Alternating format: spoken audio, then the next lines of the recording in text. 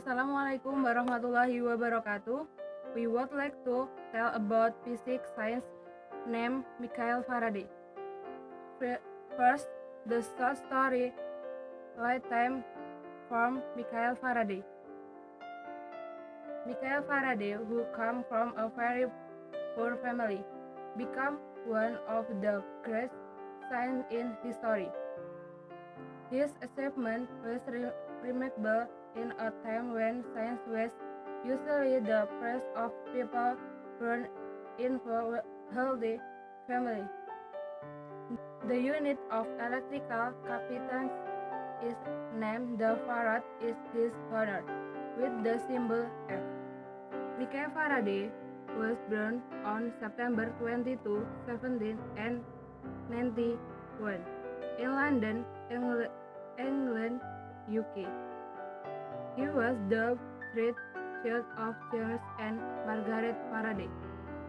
His father was a blacksmith who served for health. Before married, his mother has been a servant. The family lived in a degree of poverty. Faraday attended a local school unit. He was 13. Here he received a basic education.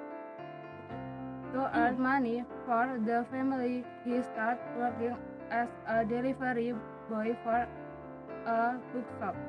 He worked hard and impressed his employer. After a year, he was promoted to become an apprentice bookbinder. And discovering science. Michael Faraday was eager to learn more about the world. He didn't restrict himself to binding the soft books. After working hard each day, he spent his free time reading the books he had bound. Gradually, he found he was reading more and more about science. Two books in particular captivated him. The Encyclopedia Britannica, his search for electrical knowledge, and much more. Conversation on Chemistry, 600 pages of chemistry for ordinary people written by Jean Mark. He became so fascinated that he started spending part of his meager pay on chemicals and apparatus to confirm the truth of what he was reading. As he learned more about science, he heard that the well-known scientist John Tantum was going to give a series of public lectures on natural philosophy or physics. To attend the lecture, the fee would be one shilling too much for Michael Faraday. His older brother, a blacksmith, impressed by his brother's growing devotion to science, gave him the shilling he needed. It is worth saying that the parallels in the life of Michael Faraday and Joseph Henry are rather striking. Both were born in poverty, had father who often could not work because of ill health, become apprentices, were inspired to become scientists by reading particular books, were devoutly religious, became laboratory assistants. Their greatest contribution were made in the same scientist era in the field of electrical science, and both have an SI unit name in their honor. They began work at a Royal Institution of Great Britain of the age 21 on March 1, 1813. His salary was good and he was given a room in the Royal Institution's attic to live in. He was very happy with the way things had turned out. He was destined to be associated with the Royal Institution for 54 years, ending up as a professor of chemistry. His first job was a chemical assistant, preparing apparatus for experiment and lecture. This involved working with nitrogen trichloride, the explosive which had already injured Davy. Faraday himself was knocked unconscious briefly by another nitrogen chloride explosion, and then Davy was injured again, finally putting to an end to work with that particular substance. After just 7 months at the Royal Institution, Davy took Faraday as his secretary on a tour of Europe that lasted 18 months. During the time, Faraday met great scientists such as André Marie Ampère in Paris and Alessandro Volta in Milan. In some ways, the tour acted like a university education, and Faraday learned a lot from it. He was, however, unhappy for much of the tour because, in addition to his scientific and secretarial work, he was required to be a personal servant to Davy and Davy's wife, which he didn't enjoy. Davy's wife refused to treat Faraday as an equal because he had come from a lower class family. Back in London, though, things began to look better again. The Royal Institution renewed Faraday's contract and increased his salary. Davy even began to acknowledge him in academic papers, indebted to Mr. Michael Faraday for much able assistance. In 18 and 1624, Faraday gave his first ever lecture on the property of matter to the City Philosophical Society, and he published his first ever academic paper discussing his analysis of calcium hydroxide in the Quarterly Journal of Science. In 1821, 1829, he was promoted to be superintendent of house and laboratory of the Royal Institution. He also married Sarah Barnum.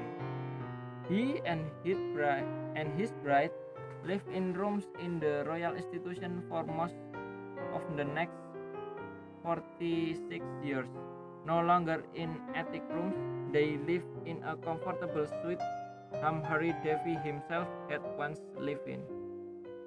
In 1824, aged 32, he was elected to the Royal Society. This was recognition that he had become a notable scientist in his own right. In 1825, aged 33, he became director of the Royal Institution's laboratory. In 1833, aged 41, he became Fullerian Professor of Chemistry at the Royal Institution of Great Britain. He held this position for the rest of his life. In 1848, aged 54, and again in 1858, he was offered the presidency of the Royal Society, but he turned it down. Faraday's scientific achievement and discovery. It would be easy to fill a book with details of all Faraday's discoveries in both chemistry and physics.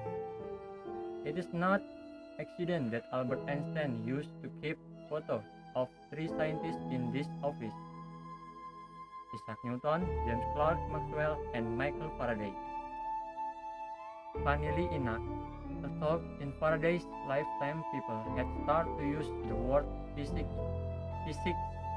Faraday disliked the word and always described himself as a philosopher. He was a man devoted to discovery through experimentation, and he was famous for never giving up on ideas which come from scientific intuition. If he thought an idea was a good one, he would keep experimenting through multiple failures until he got what is expected, or until he finally decided that Mother Nature had shown his intuition to be wrong. But in Faraday's case, this was rare. The end. Michael Faraday died aged 75 on August 25, 1867 in London. He was survived by his wife Sarah. They had no children. He had been a devout Christian all of his life, belonging to a small branch of the religion called Sandemanians. During his life, he was offered burial in Westminster Abbey along with Britannia's kings and queens, scientists of the stature of Isaac Newton. He turned this down in favor of a more modest resting place. His grave, where Sarah is also buried, can still be seen in London's Highgate Cemetery. Yes, that's all the story of lifetime from Michael Faraday, which became the one greatest scientist physicist from UK, and his result was acknowledged all people in this world. Thank you for watching and listening story from us. Don't forget to like, subscribe, and comment. See ya. Wassalamualaikum warahmatullahi wabarakatuh.